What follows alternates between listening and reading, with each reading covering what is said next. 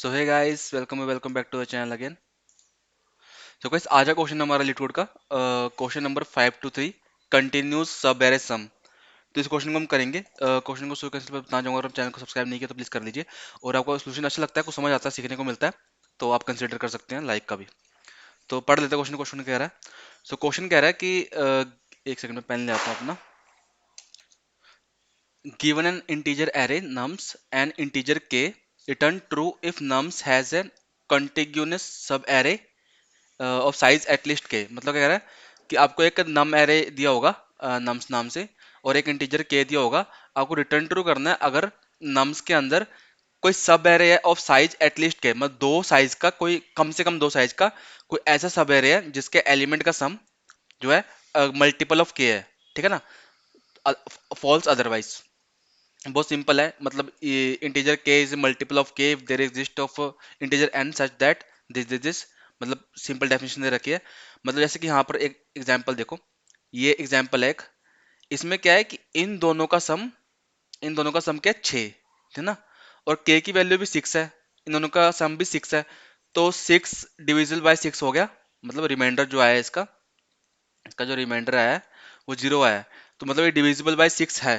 तो इसलिए इन्होंने कर दिया, यहाँ पर ट्रू रिटर्न कर दिया, और यहाँ पर मेंशन भी कर दिया कि ये कंटिग्यूस सब एरे। कंटिग्यूस का मतलब क्या होता है कि जो है जो इन लीनियर फॉर्म में हो, जो सब एरे का साइज जो लीनियर फॉर्म में, मतलब एक के बाद एक हो। ऐसे नहीं कि एक सब एरे यहाँ का उठा लिया आपने, एक यहाँ का उठा लिया, ऐसे नहीं। कंटिग्यूस होना चाहिए, मतलब कंटिग्यूस फॉर्म में होना चाहिए। या तो ऐसे हो या फिर ऐसे हो, मतलब जैसे ये यहाँ पर कंटिग्यूस है तो कंटिग्यूस होना चाहिए। मतलब पार्ट नहीं होना चाहिए कि एक पार्ट आपने यहाँ से उठा लिया, एक इंडेक्स यहाँ से और एक इंडेक्स यहाँ से, और इंडेक्स जो है उसके वो कंटिन्यूस हो, दो तीन चार पाँच ऐसे कंटिन्यूस हो। ठीक है ना? तो एक तो ये हो गया। उसके बाद अगला एग्जाम्पल देखते हैं। अगला एग्जाम्पल में क्या बोल रहा है कि यहाँ पर क्या है, सेम एग्जाम्पल है, देखो सेम है, ये भी सेम है और ये भी सेम है। के की वैल्यू भी यहाँ पर सेम है, यहाँ पर सेम है, और दोनों में ट्रू आया है। एक ट्रू इस तरीके से आया, और एक ट्रू क्या है, अगर आप इस पूरे का भी सम करोगे ना, तब भी जो है वैल्यू आती है 42 आती है। देखो 42 आती है, और 42 भी 6 से डिविजिबल है। तो अगर आप 42 मोडुलो 6 करोगे तो उसका रिमाइंडर भी 0 आएगा। ठीक है ना? तो इसलिए ये भी यहाँ पर ट्रू हो गया। अब अगला देखते हैं हम। तो आगे क्या है, आगे यहाँ पर ये दे रखा है सेम, मतलब एरे तो सेम है लेकिन के की वैल्यू यहाँ पर डिफरेंस कर गई है। तो अगर आप इसमें देखोगे ना, 23 भी 30 से डिविजिबल नहीं है, और ये 25 हो गया। इस तरीके से ये हो गया 31। ठीक है ना? इस तरीके से ये, इस तरीके से ये, तो टोटल सम जो है 42 आया है। लेकिन वो भी जो है 13 से डिविजिबल नहीं है। मतलब कोई भी पार्ट इस एरे का, कोई भी पार्ट उठा लो आप, वो 13 से डिविजिबल नहीं है। तो इस तरीके से यहाँ पर आप फॉल्स आ गया। अब इसे करने का क्या तरीका हो सकता है? जो क्वेश्चन तो देखने में इजी लग रहा है लेकिन थोड़ा सा ट्रिकी क्वेश्चन है, क्योंकि जो है आपको ओ एंड टाइम में ये पता करवाना कि कौन सा सब एरे का पार्ट जो है के से डिविजिबल होगा। वो काइंड ऑफ ट्रिकी है, क्योंकि अगर आप नॉर्मल ब्रूट फोर्स अप्रोच से देखोगे तो आपको क्या करना पड़ेगा, सिंपल दो लूप चलाने पड़ेंगे। दो लूप से काम हो जाएगा आपका ब्रूट फोर्स से। कि आप एक लूप चलाइए आई से लेके एन तक, मतलब n is the size of the array. और दूसरा आप चलाइए जे इक्वल टू आई से लेके, मतलब एक लूप, मतलब एक एक करके पूरे एरे में ट्रैवर्स करिए, इनका जोड़ करते रहिए, प्लस करते रहिए, सम करते रहिए, और चेक करते रहिए कि ये 6 से डिविजिबल है नहीं। अगर नहीं है तो फिर अगला लूप यहाँ से यहाँ तक चलेगा, फिर अगला यहाँ से यहाँ तक, फिर अगला यहाँ से यहाँ तक। तो इवेंचुअली आपको एक आंसर मिल जाएगा अगर होगा तो। लेकिन ये क्या, ये एन स्केयर कॉम्प्लेक्सिटी आ जाएगी इसकी, जो कि बहुत ही बेकार है। तो इसका करने का जो तरीका है ना, हम क्या करेंगे इसको हैश टेबल से करेंगे। मतलब करेंगे कैसे वो तो हम समझेंगे बाद में, लेकिन मैं आपको बता देता हूँ कि तरीका क्या होगा, मतलब अप्रोच क्या रहेगी। देखो, सबसे पहली बात ये है कि अगर मैं आपसे सिंपल वे में पूछूं कि मुझे पता करना है कि ये नंबर जो है 6 से डिविजिबल है या नहीं, तो आप सिंपल बताओगे कि, मतलब लैंग्वेज की फॉर्म में पूछूं तो आपको कौन सा तरीका आप यूज करोगे, कौन सी मैथमेटिकल कंडीशन आप यूज करोगे। तो इसमें हम सिंपली मॉडुलो यूज करेंगे। जैसे कि मॉडुलो अगर हम किसी नंबर का करते हैं, तो अगर उसका रिमाइंडर 0 आता है, तो हमें पता लगाता है कि वो जो है नंबर है, वो उस नंबर से डिवीजन, मतलब सपोज 50, अगर मैं मॉडुलो 10 करूंगा, ठीक है ना, तो मेरे पास रिमाइंडर आ जाएगा 0। क्योंकि ये तरीके से डिविजिबल है ना इससे, मतलब ये पूरी तरीके से डिविजिबल है ना। तो अगर मान लो यहीं पर अगर होता 22 मॉडुलो 7 होता, तो ये डिविजिबल नहीं है, क्योंकि यहाँ पर जो है रिमाइंडर 1 आ जाएगा। 7 के 21 होते हैं ना, 7 3 जा 21, और मॉडुलो ए रिमाइंडर आ गया 1, तो यहाँ पर रिमाइंडर हमारा 1 आ गया। तो किसी भी कंडीशन में अगर रिमाइंडर जीरो नहीं आता है, तो इसका मतलब होता है कि वो नंबर जो है उससे डिविजिबल नहीं है, अदरवाइज डिविजिबल है। ठीक है ना, ये फंडा सिंपल आपको क्लियर है। ठीक है, तो इसी फंडे का यूज करेंगे। मैं आपको अगर बोलूं कि इतने का रिमाइंडर पता करो क्या है, इतने का रिमाइंडर आपने मेरे को बता दिया कि 23 को अगर 6 से हम मॉडुलो करते हैं, तो हमारे पास रिमाइंडर आता है 6 3 जा 18, ठीक है ना, और हमारे पास रिमाइंडर आ गया ये इसका 5। ट्रू है ये? ठीक है ना। ठीक है, फिर मैं बोलूंगा आपको इनका सम करो। इनका सम क्यों करेंगे? क्योंकि ना एक चीज होती है प्रीफिक्स नाम से, प्रीफिक्स सम के नाम से एक कॉन्सेप्ट होता है। उसमें क्या होता है कि हम एरे में ना, एरे में अगर मान लो मेरे को एरे का प्रीफिक्स सम निकालना है हर पॉइंट में, तो क्या होता है कि सम क्या होता है, जिस पॉइंट पे आप अभी ट्रेवल्स कर रहे हो ना, वहां तक का एरे का सम क्या है। मान लो अगर मैं 6 पे पहुंचा हूं, अगर मैं एक लूप चलाया मैंने और लूप में मैं 6 पे पहुंचा हूं, तो मेरे को 6 तक का इतनी वैल्यू स्टार्टिंग से लेके उस पॉइंट तक क्या सम होगा उस एरे का, वो उसी को हम बोलते हैं प्रीफिक्स। फिर उसके बाद मैं 4 पे पहुंचा हूं, तो 4 में जो सम होगा उसको बोलते हैं प्रीफिक्स। 7 में पहुंचा हूं, तो 7 से लेके स्टार्टिंग तक वो जो सम होगा प्रीफिक्स होगा। मतलब स्टार्टिंग में जो सम होगा वो तो से यही वैल्यू होगी स्टार्टिंग वाली, उसके बाद आगे जुड़ती रहेगी, ऐसे करके जुड़ती रहेगी, जुड़ती रहेगी। इसी को हम क्या बोलते हैं, प्रीफिक्स सम बोलते हैं। ठीक है, ये मैंने बता दिया आपको, क्योंकि इसका जरूरत हो पड़ेगी। ठीक है ना, उसी को बोलते हैं प्रीफिक्स सम। तो अगर मैं प्रीफिक्स सम बोलूँ तो आप समझ जाइएगा। तो ये देखिए, अगर मैं इतने इतने पार्ट का प्रीफिक्स सम बोलूँ तो आपका बोलोगे 25। ठीक है ना, इतने का तो 23 था। ठीक है ना, इतने का फर्स्ट इंडेक्स 1 तक क्या आ गया, 25। ठीक है, 23 + 2 25। तो अभी 6 से इसको मॉडुलो करो, कितना आ गया, ये आ गया 1, रिमाइंडर 1 आ गया ना। 6 4 जा 24 होते हैं ना, तो ये आ गया रिमाइंडर 1। तो यहाँ पर इसका रिमाइंडर आया 1। ठीक है ना। अब मैं एक काम करता हूँ, इसको ना थोड़ा अच्छे तरीके से बड़े से लिख के बताता हूँ आपको। 23, बस यही कॉन्सेप्ट है और कुछ नहीं है। बस आपको क्या है कि इस तरह के क्वेश्चन अगर आप करोगे ना प्रीफिक्स सम से रिलेटेड, तब आपको क्वेश्चन इजी लगेगा। अदरवाइज अगर आपने बहुत कम क्वेश्चन करे हुए हैं, तो ऑब्वियसली बात है थोड़ा सा ट्रिकी तो है ही। क्या करेंगे हम, मैं इसको ना, इसको हम पहले समझिए डाटा स्ट्रक्चर कौन सा यूज करेंगे। डाटा स्ट्रक्चर में यूज करेंगे हैश टेबल। क्यों यूज करेंगे वो दिमाग से निकाल दो। ठीक है ना, वो मैं आपको बताऊंगा ही। लेकिन अभी मान लो कि मैंने एक हैश टेबल ले लिया, इसमें मैं क्या करूंगा, सिर्फ रिमाइंडर स्टोर करूंगा। क्यों करूंगा, कैसे करूंगा, वो सबको समझ आ जाएगा। ठीक है ना, अभी आप देखिए कि इतने तक के प्रीफेस का रिमाइंडर क्या है। वो रिमाइंडर पे हम गेम खेलेंगे, रिमाइंडर पे हम क्वेश्चन सोल्व करने की गेम खेलेंगे। ठीक है ना, वो आपको समझ आएगा, मजा भी आएगा बहुत। तो 23 को अगर 6 से मॉडुलो करा, तो हमारे पास क्या आ गया, 5 रिमाइंडर। मैंने यहाँ पर रिमाइंडर 5 डाल दिया हैश मैप में। ठीक है ना, और यहाँ पर क्या डाल दी, यहाँ पर उस इंडेक्स पे, जिस प्रीफिक्स इंडेक्स पे हमने ये निकाला है ना, उसका इंडेक्स वैल्यू मतलब 0। ठीक है ना, अभी आपको लग रहा होगा यार पता नहीं क्या ही हो रहा है यार, पर आप बने रहिए, आपको समझ आएगा अच्छे से। उसके बाद इतने तक का प्रीफिक्स सम क्या होगा, 25। और 25 को फिर मैं रिमाइंडर करूंगा सेम के से, तो क्या आएगा हमारे पास, 1। ठीक है ना, और इंडेक्स क्या है इसका, 1। ठीक है, उसके बाद इतने तक के पार्ट को मैं प्रीफिक्स करूंगा, प्रीफिक्स सम लूंगा, तो क्या आएगा हमारे पास, 23 + 2 + 4 29। और 29 को अगर मैं 6 से डिवाइड करता हूँ, 6 × 4 = 24, और रिमाइंडर आ गया 5। लेकिन हैश मैप में क्या होता है, हैश मैप में हम डुप्लीकेट स्टोर नहीं करते ना, नो डुप्लीकेट्स। ठीक है ना। ठीक है ना, उसके बाद लेकिन यहाँ पर रिमाइंडर हमारे पास फिर से 5 आ गया, समझ रहे हो। यहाँ पर रिमाइंडर फिर से 5 है, लेकिन हम क्या करेंगे, जब हैश मैप में हम कंडीशन लगाएंगे कि अगर वैल्यू ये वाली कंटेन कर रही है, तो क्या करो, आप कुछ नहीं करना कि आपको एक आंसर मिल चुका है, मतलब एक पॉसिबल आंसर मिल चुका है। कैसे, कैसे वो समझता हूँ आपको, बताता हूँ आपको।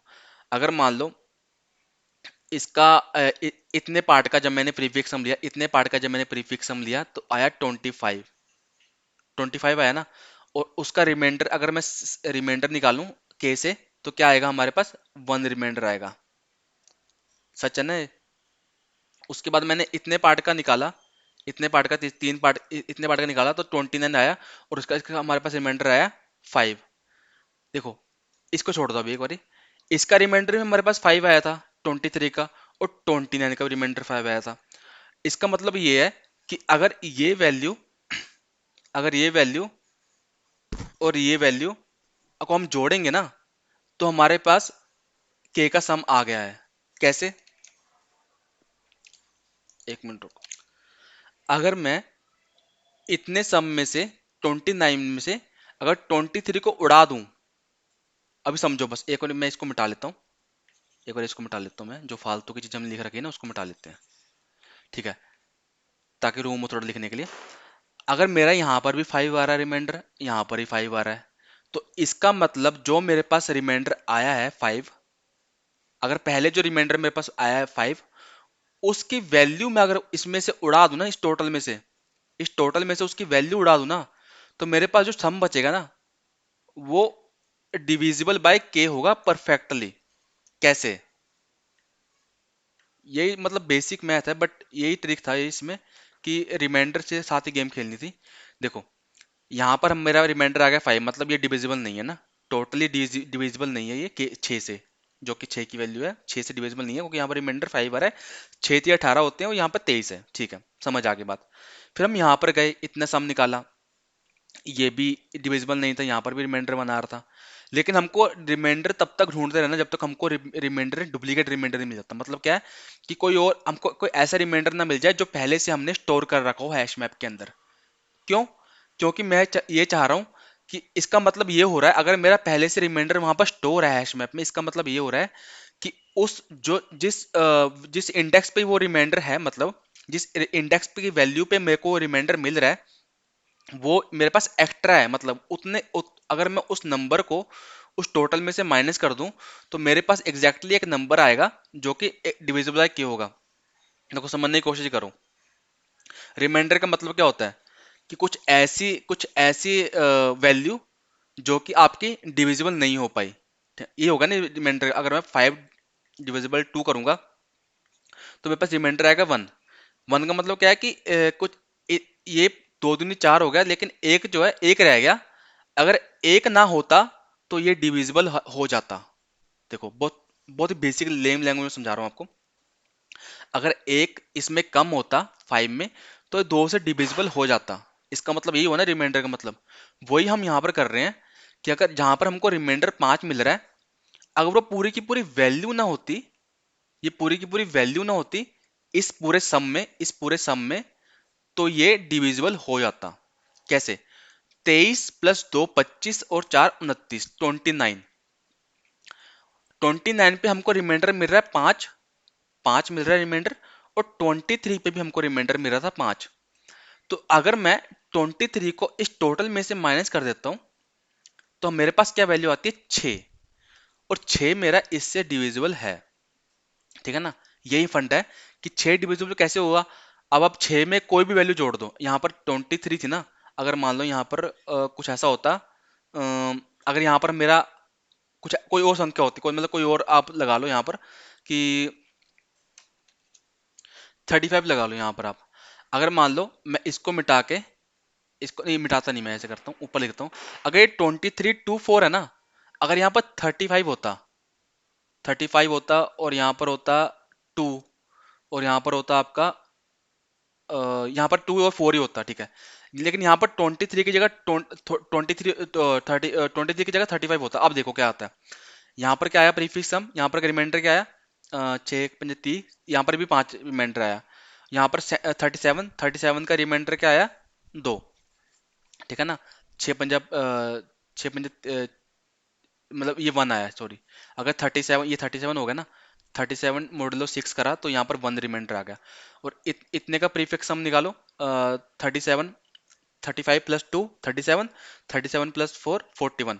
तो 41 रिमाइंड रिमाइंड करेंगे 6, मॉडुलो 6 करेंगे तो क्या आएगा? ये आ गया 5। तो यहाँ पर भी देखो, यहाँ पर भी रिमाइंडर 5 आ रहा है। इसका मतलब अगर 41 में से मैं 35 को माइनस कर दूं ना, अगर 41 में 35 को माइनस कर दूं, तो मेरे पास क्या बचता है? 6, जो कि ये इसके साथ ये है, मतलब ये भी डिविजिबल है 6 के साथ पूरा। तो कहने का तात्पर्य यही है सिर्फ, कि हमको सिर्फ ऐसा रिमाइंडर निकालना है जो रिपीटिंग है। मतलब हम सिर्फ हैश मैप में रिमाइंडर स्टोर करेंगे। रिमाइंडर स्टोर करने के बाद हम चेक करेंगे कि पहले से वो रिमाइंडर, अभी जो आ रहा है रिमाइंडर, वो पहले से है या नहीं। अगर पहले से है तो हम क्या कर लेंगे, हम मान लेंगे कि पॉसिबल आंसर है। मान लेंगे क्यों, सिंपल रिटर्न ट्रू को नहीं कर देंगे, क्योंकि इन्होंने बोला है कि एटलीस्ट टू होने चाहिए। Two element, minimum two element होने चाहिए किसी भी आंसर को ट्रू करने के लिए। मतलब क्या है एटलीस्ट टू, मतलब क्या कहने का मतलब, अगर मान लो यहाँ पर 6 होता, 23, 6, 4 होता, 6, 7, ठीक है ना। यहाँ पर क्या होता कि यहाँ पर 6 है, लेकिन यहाँ पर अगर आप 8 कर लो तब देखते हैं। 23 के टाइम में यहाँ पर रिमाइंडर क्या आया, 5, और यहाँ पर रिमाइंडर क्या आएगा, 23 प्लस 6, 29, 6 से डिविजिबल है 29। यहाँ पर मान लो 7 होता, अगर मान लो 7 होता, ये मैं आपको समझाने के लिए बोल रहा हूँ कि क्यों, मतलब सिर्फ यही अप्रोच पॉसिबल नहीं है, साथ हमें एक कंडीशन लिखनी पड़ेगी। देखो अभी आपको इतना समझ आया है कि हमें सिर्फ रिमाइंडर निकालना है, हर एक पे जाके रिमाइंडर यहाँ पर स्टोर करना है, यहाँ पर रिमाइंडर आएगा, रिमाइंडर यहाँ पर इंडेक्स आएगा, ठीक है ना। और जिस कभी भी किसी भी कंडीशन में अगर हमको डुप्लीकेट रिमाइंडर मिलता है तो हम करेंगे, चेक करेंगे, हम हमें मान लेंगे हमारे पास पॉसिबल आंसर आ गया एक। लेकिन उससे पहले क्या करेंगे हम, उससे पहले ना हम क्या करेंगे, देखो यहाँ पर मैं आपको समझा रहा हूँ, उससे पहले जो हम करेंगे ना, वो समझने के लिए मैं आपको ये समझा रहा हूँ, ठीक है ना। डायरेक्ट नहीं बता रहा कि हम क्या करेंगे। देखो मैं आपको ये बता रहा हूँ कि 23, यहाँ पर रिमाइंडर 5 आ गया, उसका इन दोनों का सम क्या आया, 30। ये डिविजिबल है 6 से, हाँ जी पूरी तरीके से डिविजिबल है, ठीक है। यहाँ पर आंसर ट्रू हो गया। लेकिन यहाँ पर अगर आप 23 को आप कुछ और लिख दो, अगर मैं एग्जाम्पल बनाने की कोशिश कर रहा हूँ और कुछ नहीं, यहाँ पर 30 लिख दिया मैंने, 30, और यहाँ पर लिख दिया 1, ठीक है। अभी देखो ये तो ये तो पहली बार में डिविजिबल है ना उससे, 6 से, ये डिविजिबल है ना 6 से। तो अगर ये डिविजिबल है 6 से, तो मैं क्या करूंगा, यहाँ पर रिटर्न ट्रू करना चाहिए मेरे को। यहाँ पर मैं चेक करूंगा कि इसकी वैल्यू पहले से हैश मैप में स्टोर है या नहीं। देखो पहले से हैश मैप में स्टोर नहीं है ये, तो हम करेंगे इसकी वैल्यू स्टोर कर लेंगे। मतलब यहाँ पर रिमाइंडर आ गया 0, हमने यहाँ सिर्फ हैश मैप को देख के ही आंसर देना है, हमको नहीं देखना कि यहाँ पर 30 है तो 30 भाई 30 मॉडलो 6 करा तो ये 0 आ रहा है तो इसका मतलब आंसर नहीं। यहाँ पर हमको हैश मैप के अकॉर्डिंग चलना पड़ेगा। तो हमने 30 का क्या करा, 30 का रिमाइंडर स्टोर कर लिया 0, और यहाँ पर इंडेक्स स्टोर कर लिया 0, ठीक है। उसके बाद मैं आगे बढ़ा, यहाँ पर दिखा मैंने प्रीफिक्स सम इसका 31 आया, इसमें रिमाइंडर आया 1। फिर मैंने प्रीफिक्स सम निकाला इसका 35 आया, 35 में भी रिमाइंडर आया 0। देखो यहाँ पर 35 आ गया, 35 में रिमाइंडर आया, सॉरी यहाँ पर आ गया 5, उसको इतने में गया, इसका रिमाइंडर आ गया हमारे पास 43, 35 प्लस 8 43, और 43 का रिमाइंडर आ गया 1, ठीक है ना। इस तरीके से मैं आ गया। मैं आपको एक सुटेबल एग्जांपल लेके दिखाता हूँ। अभी एग्जांपल मैं लेके आया हूँ उठा के, अब इसको समझो। अब मैं यहाँ पर क्या करता हूँ, यहाँ पर मिटा देता हूँ, अब इसकी वैल्यू स्टोर करेंगे हम। इस केस में देखो, इस केस में अगर हम डायरेक्टली इस कंडीशन चलते हैं कि सिंपल यहाँ पर स्टोर करेंगे रिमाइंडर और यहाँ पर इंडेक्स, और चेक कर लेंगे डुप्लीकेट रिमाइंडर मिलता है तो रिटर्न ट्रू कर देंगे। अगर हम सीधा इस अप्रोच चलेंगे तो इस अप्रोच से ये हम क्वेश्चन में हमारा जो है रॉन्ग आउटपुट आएगा। कैसे, अब देखो 23 है, ये एरे है 232466, ये के की वैल्यू। अब चेक करते हैं 23 का रिमाइंडर कितना आएगा के साथ, 7 के साथ, 7 या 21, तो यहाँ पर 2 रिमाइंडर आ गया 0 थे इंडेक्स पे, ठीक है। और इतने पे कितना आया 25, सम होगा 25 और 25 7, 7 21, और यहाँ पर 4 रिमाइंडर आ गया 1 पे, ठीक है। फिर इतने पे, और वैसे इसकी जो आंसर के इनपुट आना चाहिए, वो आना चाहिए ट्रू, लेकिन हमारा इस वे से आएगा फॉल्स। देखो कैसे, 23 प्लस 2 प्लस 4 कितना होगा 29, 7 21 7 चौको 28, मतलब यहाँ पर इवेंट रहेगा का 29, यहाँ इतने का आया 29, तो 29 मॉडल ऑफ 7, 1 रिमाइंडर आ गया, और यहाँ पर क्या आ गया हमारा, इंडेक्स क्या आ गया, इंडेक्स 2 आ गया। उसके बाद इतने का कितना आया, इतने का सम कितना आया, प्रीफिक्स सम आएगा 25 प्लस 4 29 प्लस 6 35, और रिमाइंडर आएगा 0।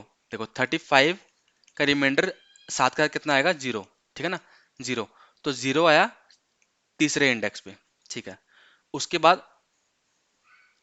इतने का कितना है, 35 + 6 41। 41 का रिमाइंडर कितना है आपका आपका इसमें 6। 41 का रिमाइंडर कितना है 6। 6 रिमाइंडर है आपका फोर्थ इंडेक्स पे। अब देखो इस केस में हमको कोई भी रिमाइंडर जो है डुप्लीकेट नहीं मिला। देखो ध्यान से देखो ना, कोई भी रिमाइंडर डुप्लीकेट नहीं है, मतलब हमारा क्या करेगा, हमारा सॉल्यूशन इसका आंसर ट्रू फॉल्स कर देगा, ठीक है ना, फॉल्स कर देगा। लेकिन अब ध्यान से देखो इसका आंसर जो है ट्रू है, कैसे, क्योंकि हमको यहाँ पर रिमाइंडर जीरो मिल रहा है, मतलब इतने थर्ड इंडेक्स पे, मतलब ये वाले इंडेक्स पे इतने तक का इंडेक्स का सम जो है वो डिविजिबल बाय 7 है ना, डिविजिबल बाय 7 है, तभी तो जीरो आया ना यहाँ पर। 35 आया था ना, इतने तक का सम 35 आया है, टोटल कर लो बेशक। 23 + 2 + 4 + 6 35। 35 डिविजिबल बाय 7 से मॉडुलो 7 करोगे तो जीरो आएगा रिमाइंडर। तो लेकिन और इस क्वेश्चन के अकॉर्डिंग ये आंसर है, लेकिन इस हमारे अप्रोच के अकॉर्डिंग ये आंसर नहीं है। तो इससे बचने के लिए ये मतलब ये एक बेस केस लगा लो, आप कुछ भी लगा लो। तो इससे बचने के लिए हमको क्या करना पड़ेगा, तो कि हमको क्या हैश मैप में स्टार्टिंग में ही एक 0, -1 की वैल्यू पुट करनी पड़ेगी। 0, -1 की क्यों, देखो हमने स्टार्टिंग में बोल दिया कि हमारे पास रिमाइंडर जीरो मिला है, हमको -1 में मिला है। उससे क्या होगा कि अगर हमको ऐसा कोई वैल्यू मिलता है ना, ऐसा कोई केस मिलता है जहां पर हमको इस तरह का सिचुएशन आता है, इस तरह का टेस्ट केस आता है, तो हम क्या करेंगे, हम चेक करेंगे कि जीरो ऑलरेडी पड़ा हुआ है। देखो आंसर सही आएगा, वो टेंशन मतलब आप समझो कैसे। जीरो ऑलरेडी पड़ा हुआ है, तो क्या करो कि इंडेक्स जो इंडेक्स पहले से पड़ा हुआ है उसमें, और जो अभी वाले इंडेक्स पे हम है उसका देखो डिफरेंस देखो कितना है। अगर वो डिफरेंस दो है या दो से बड़ा है, ग्रेटर देन और इक्वल टू टू है, तो क्या करो, तब का करो रिटर्न ट्रू कर दो। तब रिटर्न ट्रू कर दो, क्योंकि हमको क्वेश्चन में ही बोला है कि एटलीस्ट टू चाहिए, मतलब एटलीस्ट टू चाहिए यहाँ पर, दो दो वैल्यू चाहिए जिनका जो है जो कि मल्टीपल हो के। तो इससे क्या होगा कि अगर मान लो हमको स्टार्टिंग में ही कुछ ऐसा मिल गया, स्टार्टिंग में ही कुछ ऐसा मिल गया जो जीरो से वो है, तो उस केस में ये आंसर नहीं है। अगर मान लो यहाँ पर स्टार्टिंग में ही क्या होता, स्टार्टिंग में 35 होता 23 की जगह, स्टार्टिंग में 35 होता, और मान लो कि आगे हमें आंसर मिलता ही ना, सिर्फ स्टार्टिंग में 35 होता, तो उस केस में क्या होता कि लॉजिकली सोचा जाए, मतलब तो फिर तो ये आंसर है, क्योंकि 35 डिविजिबल है 7 से, है ना। लेकिन क्या क्वेश्चन के अकॉर्डिंग हमको दो वैल्यू चाहिए, मतलब मिनिमम दो वैल्यू चाहिए, तो उस केस में ये नहीं है, उस केस में नहीं है। तो अगर यहाँ पर 35 होता तो चेक करता कि जीरो रिमाइंडर जीरो मिला है, और ऑलरेडी सबसे पहले हमने डाल ही दिया है हैश मैप में, तो जीरो पहले से डाला हुआ है, तो चेक करेगा कि इसका डिफरेंस देख लो। अगर डिफरेंस दो से ज्यादा है फिर तो रिटर्न ट्रू कर दो। यहाँ पर डिफरेंस क्या है, जीरो, और यहाँ पर क्या -1 हम डाल रखा है, तो जीरो माइनस माइनस वन करोगे आप, तो -1 करोगे तो आएगा 1, माइनस माइनस प्लस होगा ना, तो डिफरेंस आया 1, जो कि दो से कम है। तो उस केस में क्या करेगा, कुछ नहीं करेगा, आगे कैलकुलेट करेगा, ठीक है ना। और अगर ऐसा होता है, देखो अगर ऐसा होता है कि जैसे हमको यहाँ पर थर्ड इंडेक्स पे जीरो मिला था, है ना, थर्ड इंडेक्स पे जीरो रिमाइंडर मिला था थर्ड इंडेक्स पे, तो करेगा, चेक करेगा कि थ्री माइनस जो हमने डाला -1, इसका डिफरेंस देखो कितना है, माइनस माइनस प्लस, तो डिफरेंस आ गया 4, which is more than enough, जो जो हमको चाहिए। तो उस केस में का रिटर्न ट्रू कर देगा, ठीक है ना। आई होप आपको समझ आया हो, सिंपल सा फंडा है, कुछ नहीं करना। सब एरे निकालते रहना है, और सब एरे का जो है मॉडलो स्टोर करते रहना के साथ। जो भी सब एरे आएगा उसका मॉडलो के साथ स्टोर करते रहना हैश मैप में विद इंडेक्स। अगर कहीं पर जो है सॉरी रिमाइंडर रिमाइंडर स्टोर करते रहना है, ठीक है ना। मॉडलो करने के बाद रिमाइंडर आएगा, जो जो इतने सब एरे का जो भी रिमाइंडर आएगा के साथ, उसको स्टोर करना है विद इंडेक्स। अगर किसी भी पॉइंट पे जो है रिमाइंडर डुप्लीकेट मिल रहा है हमको, मतलब रिमाइंडर ऑलरेडी एग्जिस्ट कर रहा है, तो हम उस रिमाइंडर का क्या करेंगे, उसके इंडेक्स का डिफरेंस निकालेंगे। अगर वो डिफरेंस जो है मोर देन टू है, more than equal to two है, तो हम रिटर्न ट्रू कर देंगे, अदरवाइज फॉल्स कर देंगे, ठीक है ना। तो चेक कर लेते हैं कोड क्या होगा इसका, तो उससे आपको और समझ आएगा।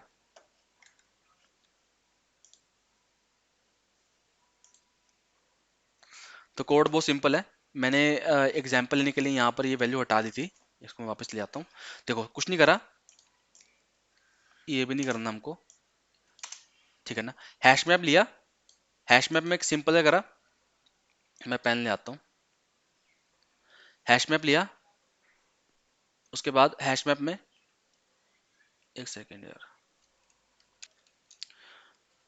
हैश मैप के अंदर डाल दिया स्टार्टिंग में 0 - 1, जो हमने बात करी थी वहां पर डिस्कस किया था कि 0 - 1 डाल देंगे ताकि हमारा जो है ऐसे टेस्ट केस बच जाए जहां पर ये हमारी कंडीशन चले ना, ठीक है ना।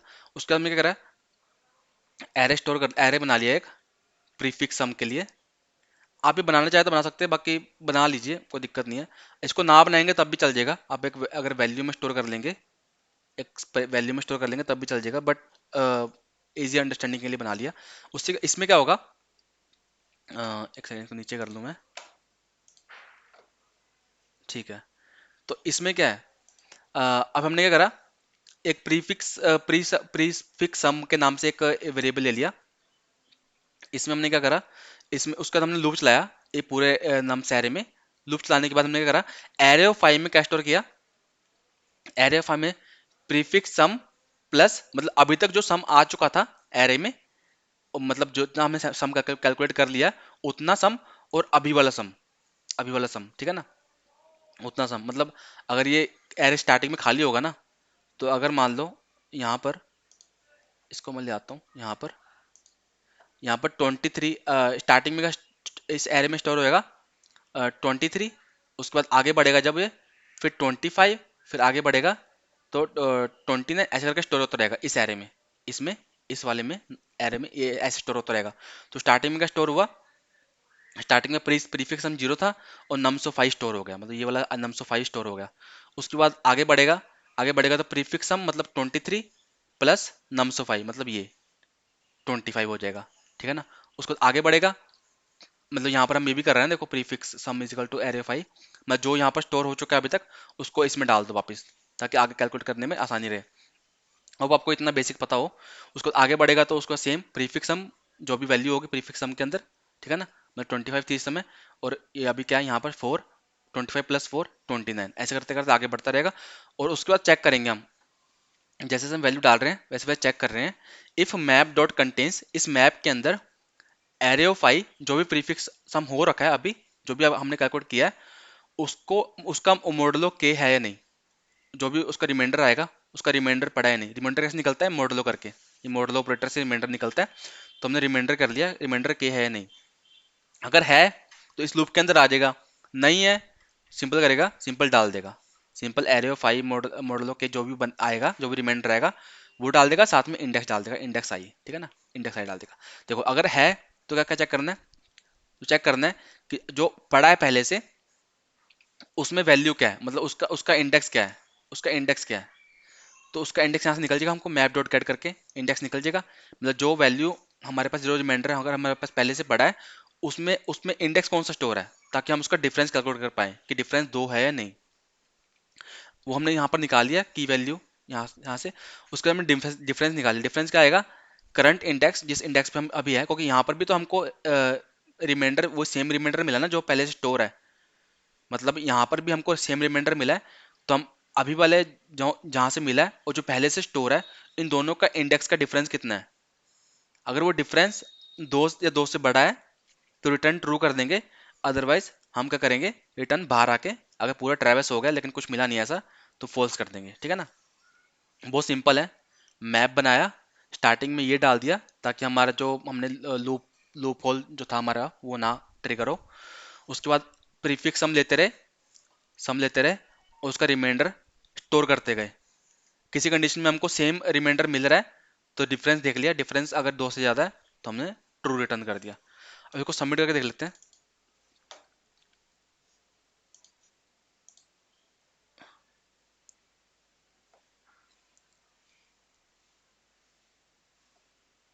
वो सबमिट हो रहा है और 90% फास्टर देन अदर्स है, और ठीक है सोल्यूशन। आप इस तरह क्वेश्चन ट्राई करिए, बहुत अच्छा था। अगर आपको कुछ समझ आया तो प्लीज़ चैनल को सब्सक्राइब करने की कृपया कृपालता करिएगा, बहुत मेहनत लगती है वीडियो बनाने में, और गला भी सूख जाता है पूरा। तो इन फ्यूचर और भी अच्छी अच्छी वीडियो लेके आऊँगा, सिर्फ कोडिंग से रिलेटेड नहीं, बाकी और चीज़ों के रिलेटेड भी, जो मैं खुद भी यूज़ करता हूँ, काफ़ी हेल्प करती हैं जो मुझे। तो चैनल को सब्सक्राइब कर लीजिएगा इस, तो मिलते हैं नेक्स्ट वीडियो में, टेक केयर, बाय।